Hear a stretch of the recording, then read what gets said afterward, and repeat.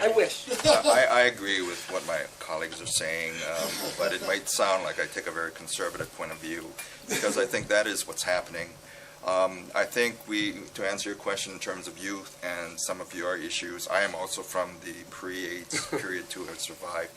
I think that there's a total change or a major change and shift in terms of how I would imagine younger people define community. The fact that you're actually, there's a sense of younger people wanting to interact with older people like ourselves is really exciting, because my stereotype mind is I don't really give a shit.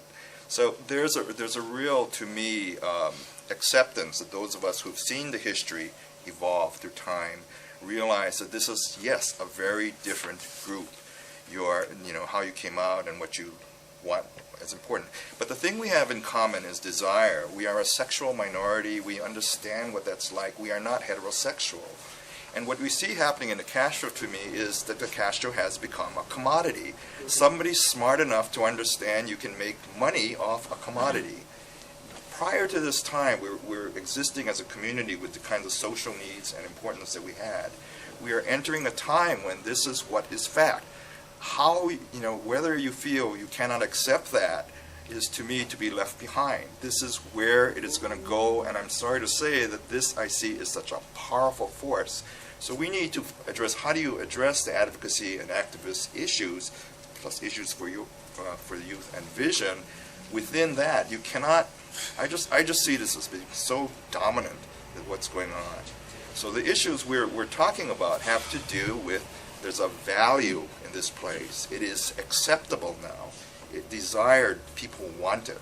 And so those who have a stake in it, the stakeholders, really need to get your hands dirty and begin to really resist this, or create a way that we can essentially have a balance. We don't have the balance now. I think it's scary, frightening. My partner and I moved out to Daly City. We're elderly, old people. We can't even afford being in San Francisco either.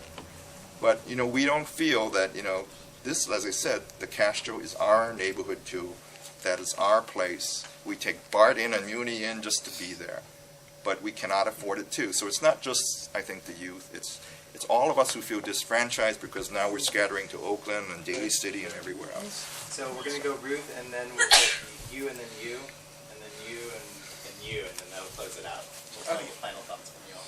Just very quickly, I want to throw in a term that's been really fascinating to me, which is sexual tourism, and that it's a historical phenomenon that a lot of places have, that becomes their exportable product, and a lot of whole countries that's happening with. But San Francisco has been a location of sexual tourism, since the Barbary Coast days. It's like you could come here and see kinky things.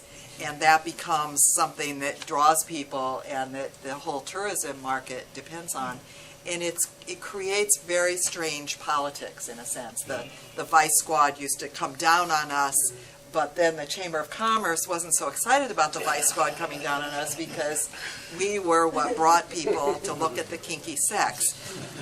So, yeah, so somehow this whole struggle is taking place in that context also. That's what the Castro is, sort of one of the major locations, along with North Beach, of sort of being a place of sexual tourism, where you can come and look at weird people doing weird things, and it brings money to the city. So there's a very weird ambivalence quality about it in terms of us being a commodity. That's the context we sit in. Right? Yeah. Oh yeah, I'm sorry. Yeah. Well, I think it's interesting. I really appreciate everybody's perspectives, and I think I've been here a year, and I moved here from Capitol Hill in Seattle, which we've talked about a lot. And actually, there are 3 gay bars in Seattle that have just recently closed, and another 3 or 4 who are slated to close within the next year, and it's all because of condo development. And so it's pretty interesting to kind of watch that, and to have left right before all that, and to talk to my friends to see what's happening and where people are kind of spreading to. What's interesting to me is that the question was, are gay neighborhoods worth saving? I think yes, and then particularly when it comes to the Castro, I feel like it's already beyond saving. Like in my particular, and I think because it already has become like this. I can't afford. We've heard 10 million times now tonight that who can afford to live there, and whoever can afford to live there, they've dug their heels in. You know, and I don't really see us. I don't really see, like, if I was a homeowner there, I would dig my heels in too. You know what I'm saying? Like, I don't really see that changing necessarily. And I'll just say that, you know, having been here a year once again, I have a gay neighborhood, and it's up, you know, on Hayes and Divisadero. Like, my next door neighbors are a lesbian couple. The house next to them is a gay couple, and we all hang out. Like 2 blocks down, there's another gay couple and we hang out. Like, I mean, I just feel like the fight that the Castro fought for was sort of won, and now the entire city is one big Castro, if you look at it in the right way. And I think that that's a valuable thing, and I think that nobody's really mentioned that yet. Everybody's been like, oh, the Castro, the Castro, the Castro. There are gays living all over the city, and that's an okay thing, you know, and we all have our mini communities. And I think that, but I also think that, you know, the Castro is valuable to fight for in terms of sort of a gay Disneyland. You know, like, it's, people go there to kind of feel that sense of like, ooh, I'm going to see, you know, like exactly what you just said, sort of sexual tourism. I used to work for the public health department doing surveys, you know, outside, and we would check, you know, with people waiting in line to get into bars or walking by, and almost half, if not usually more than half of people were coming from outside of the city, or at least not from within the Castro. So I just feel like this whole idea of like the Castro as a gay neighborhood, in terms of neighborhood being defined by the people who live there, I don't really buy it so much. Like, and I just don't feel like it's really even all that important anymore. Like, if the bars were to start closing and the small gay businesses were to start closing, that's something to really be concerned about for me. But a few of the bars can close, that'd be fine. I'm sorry? The bars are closed. Yeah, and I agree with that. And just a really quick side note, like, when I hear Castro Coalition, like, I think what I've heard from what you're saying, like, I kind of believe in what you're doing, but when I hear Castro Coalition, I kind of think of what this gentleman said in terms of like the Castro having turned into a caricature of himself, and I think like, oh, it's just another group of white men trying to like control like the neighborhood and make it so that nothing changes and it's all still about the 70s. So like, I just think that it's interesting, like in terms of PR, like I'd be behind your organization, but just hearing the name, I'd be like, that's not for me. I don't need it. Like, it's not something that I want to fight for. So that's good feedback. Can we we're over time, so can we be real brief with our comments, please? And we'll allow everyone like a 2-sentence sum up. Just a very quick observation on the Chinatown model. Now, I have a Chinese-American co-worker. She and her husband live in Fremont. They go to Chinatown to visit his parents and maybe to buy some spices. And Chinatown now isn't where Chinese people necessarily live. I mean, I work for the Department of Licenses Banks, and all the Chinese banks like East West, United Commercial, they're putting branches out in Fremont, places like that, because that's where the Chinese people are moving.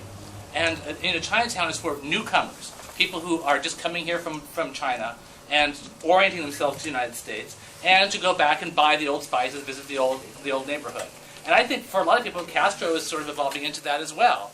It's like a gay Disneyland. It's a place to come back to, but not necessarily a place to live in. A gay friend of mine, he's 70. He's sold his house. It's a walk up Victoria on a hill. He can't make it the stairs anymore. He can't make it up the stairs. He's moving to live in a one-unit, one-level house in the suburbs, and he sold it to a straight couple. And so what you're seeing is lots of minute changes, but individual people are making, selling their homes, moving out. They're adding up to one big change. And this is what I'm seeing. And these are what people's life decisions, and it's their business who they sell their houses to. Very quick question. I'm just curious to know, how is this similar or different than what's happening in Japantown, for example? Well, actually, can I quickly answer? Yes, quick answer. Quick question, quick answer. I'm actually working on that project. And what has happened, though, it's a little different because after the internment during World War II, Japanese came back and their properties were all dispersed. So there was a very conscious thing that the Japanese families moved to the suburbs. But what they're trying right now, the state of California had a big grant which we were involved in to study how you preserve culture. How do you preserve the intangible aspects? The preservationists got all weird because it's like, well, there's no historic buildings there. But very much like the Castro, there's a transition going on And if those of you who go to the mall there, they were recently purchased by a Beverly Hills company. Major changes. The hotel has been purchased. Everything's been purchased. And so the real fear was, how do you stop becoming Disneyland and make this authentic?